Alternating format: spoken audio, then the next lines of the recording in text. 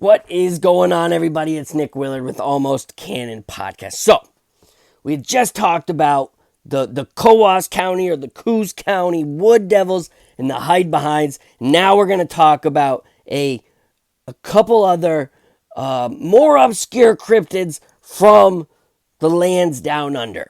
Now, I'm reading from Strange Stories and Amazing Facts. Now, this is a Reader's Digest published from like the 1970s or early 1980s, and it's just chock full with crazy stories. So, this one is titled Monsters from the Australian Swamps. Aborigines sitting around campfires in the Australian outback still tell tales of the bunyip. Have you ever heard of the bunyip? Probably not. The monsters from the swamps that terrified both Aborigines and many early settlers. Pioneers believed the bunyip was a creature terrible in appearance, with a voracious appetite for human flesh. Its booming voice in the night filled their minds with fear. For them, it was a living fossil, a huge water beast that survived from prehistoric times by lurking in the deep swamps, lakes, and lagoons. To the Aborigines, it was a creature of many different shapes.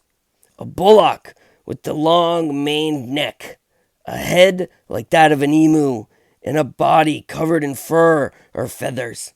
It was often depicted in the drawings as having a horse-like tail, flippers, and the tusks of a walrus. So, right off the back, I hear a body covered with feathers. Now, we know, science knows that dinosaurs were covered in feathers.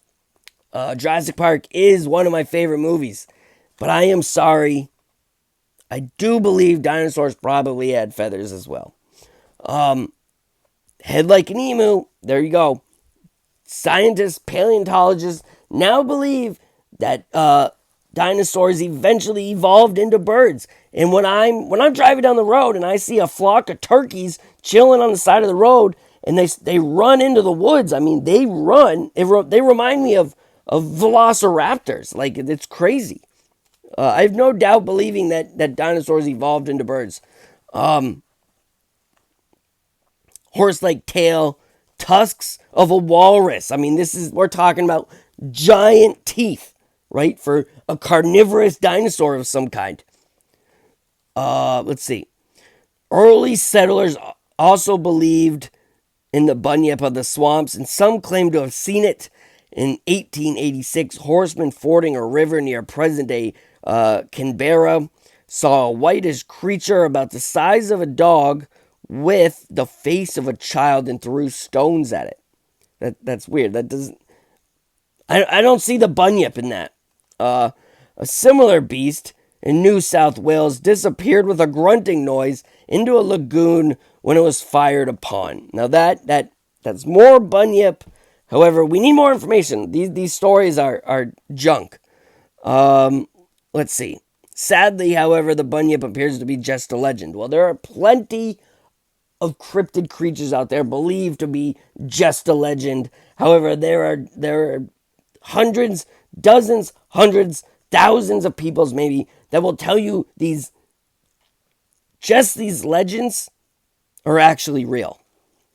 All right, so though the Morris of New Zealand had never heard of the bunyip, they did have an equivalent, the taniwha, a giant man-eating monster which took the form of a lizard, snake, or fish.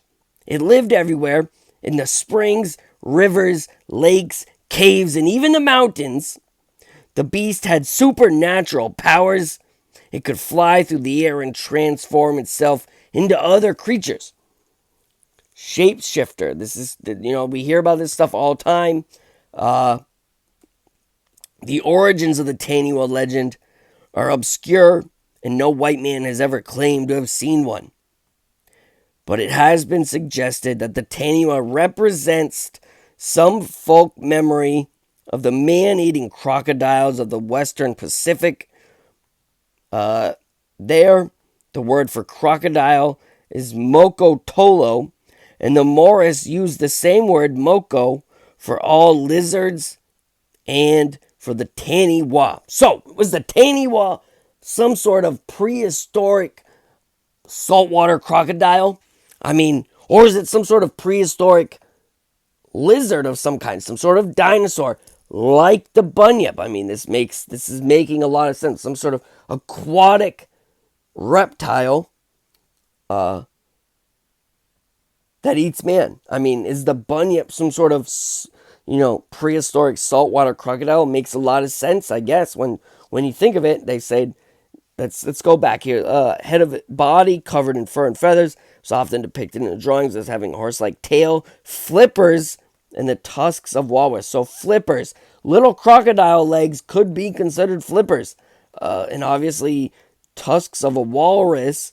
I mean, crocodile teeth, they stick out pretty far, right? They hang down. Those can be considered tusks like a walrus, right? So is the bunyip and the taniwha some sort of prehistoric crocodile? I'm not entirely convinced. However, it does make a lot of sense. What do you think? Let us know, because this definitely sounds almost canon to me.